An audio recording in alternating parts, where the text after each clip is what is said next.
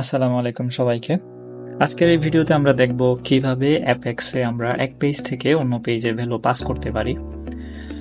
তো নর্মালি আমরা যদি রিপোর্ট তৈরি করি প্যারামিটার ওয়াইজ বিভিন্ন রিপোর্টে আমাদের এক পেজে যদি আমরা কোনো ভ্যালু ইনসার্ট করি সেটা সেখান থেকে পিক করে অন্য পেজে নিয়ে যায় এবং সেখান থেকে আমাকে এক্সাক্ট রিপোর্টটা কোয়েরি করে শো করে।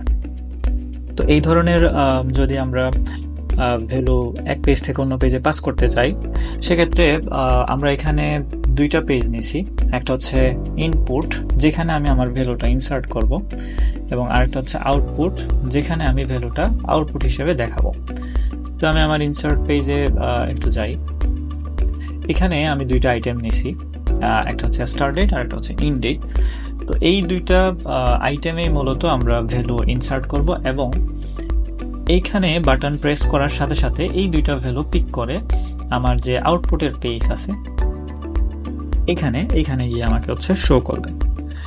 তো এই জন্য আমি ইনপুট পেজে দুইটা আইটেম নিছি, একটা হচ্ছে স্টার্ট ডেট, একটা হচ্ছে ইন ডেট। একটা বাটন নিছি যেই বাটনের মাধ্যমে আমরা ভ্যালুটা আউটপুট পেজে নিয়ে দেখাবো।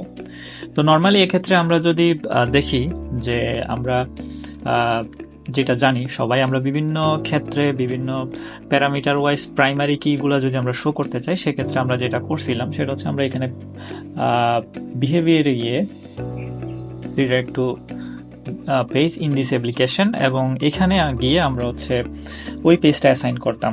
তো আমরা যদি এভাবে করে দেখি আমাদের যদি হয় তো আমরা যে আউটপুট পেজে নিয়ে যাব সেটা হচ্ছে 70 নাম্বার পেজ এবং এখানে 70 নাম্বার পেজের যে দুইটা ভ্যালু আছে আমার স্টার্ট আর একটা হচ্ছে ইন্ট, এই দুইটা ভ্যালুকে আমার ইনসার্টের যে দুইটা ভ্যালু আমি নিছি একটা হচ্ছে স্টার্ট আর একটা হচ্ছে ইন্ট, এই দুইটার সাথে অ্যাসাইন করে দেব।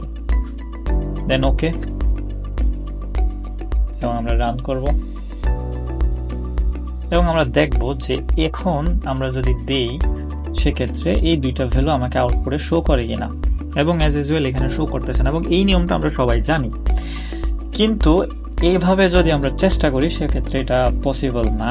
তো এখন আমরা যেটা করব সেটা হচ্ছে আমরা এখানে এই ভ্যালুগুলোকে কেটে দিব এবং অবশ্যই যেই বাটনের প্রেস করার মাধ্যমে আমরা ভ্যালুটা পাস করব আরেকটা পেজে সেই বাটনের বিহেভিয়ার হবে সাবমিট পেজ এবং যেই পেজ থেকে আমরা ডাটাটা পাস করব সেই পেজে গিয়ে আমরা আফটার সাবমিটের পরে একটা ব্রাঞ্চ নেব, ক্রিয়েট ব্রাঞ্চ, এবং এখানেই আমরা ওই পেজটাকে সেম ভাবে অ্যাসাইন করব, তার ভ্যালুগুলোকে আমরা অ্যাসাইন করব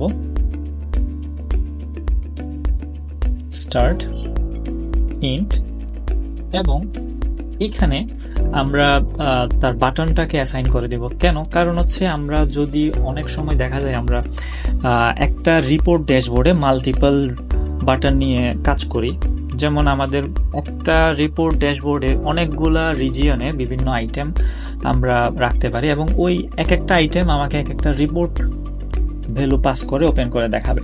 তো সেহেতু মাল্টিপল যদি আমার একটা রিপোর্ট ড্যাশবোর্ডে মাল্টিপল যদি ভ্যালু হয় সেক্ষেত্রে আমরা কোন রিপোর্টটা কোন পেজে গিয়ে আমাকে দেখাবে এবং সেটা কোন বাটনের মাধ্যমে যাবে সেই বাটনগুলা আমাকে এখানে অ্যাসাইন করতে হবে। তো যেহেতু আমাদের ইনসার্ট পেজে একটাই বাটন সেক্ষেত্রে আমি এখানে একটা বাটন সেটাকেই অ্যাসাইন করে দিলাম এবং আমার কাজ এখানে শেষ। আমি এখান থেকে রান দিয়ে দিলাম এবং আমি এখন দেখি যে ভ্যালুগুলো পাস হয় কিনা। হ্যাঁ, আমরা আমাদের আউটপুট পেজে চলে আসছি এবং এখানে আমার সেই স্টার্ট এবং ইন্ডের যে ভ্যালুগুলো আমরা দিয়েছিলাম সেগুলো এখানে আমাকে পাস করে দেখাচ্ছে। তো মূলত এইভাবেই আমরা চাইলে অ্যাপেক্সে রিয়েল টাইমে একটা পেজ থেকে অন্য পেজে ভ্যালু পাসিং করে দেখাতে পারি এবং এই পাসিং এর বিষয়টা আমাদের বিভিন্ন কাজে লাগে, প্যারামিটার ওয়াইজ রিপোর্ট এবং আদার টাস্ক অথবা পপ আপ বিভিন্ন মডেল পেজ ওপেন করার ক্ষেত্রে সেম ভ্যালু, এই ক্ষেত্রে আমাদের হচ্ছে এই জিনিসটা লাগে।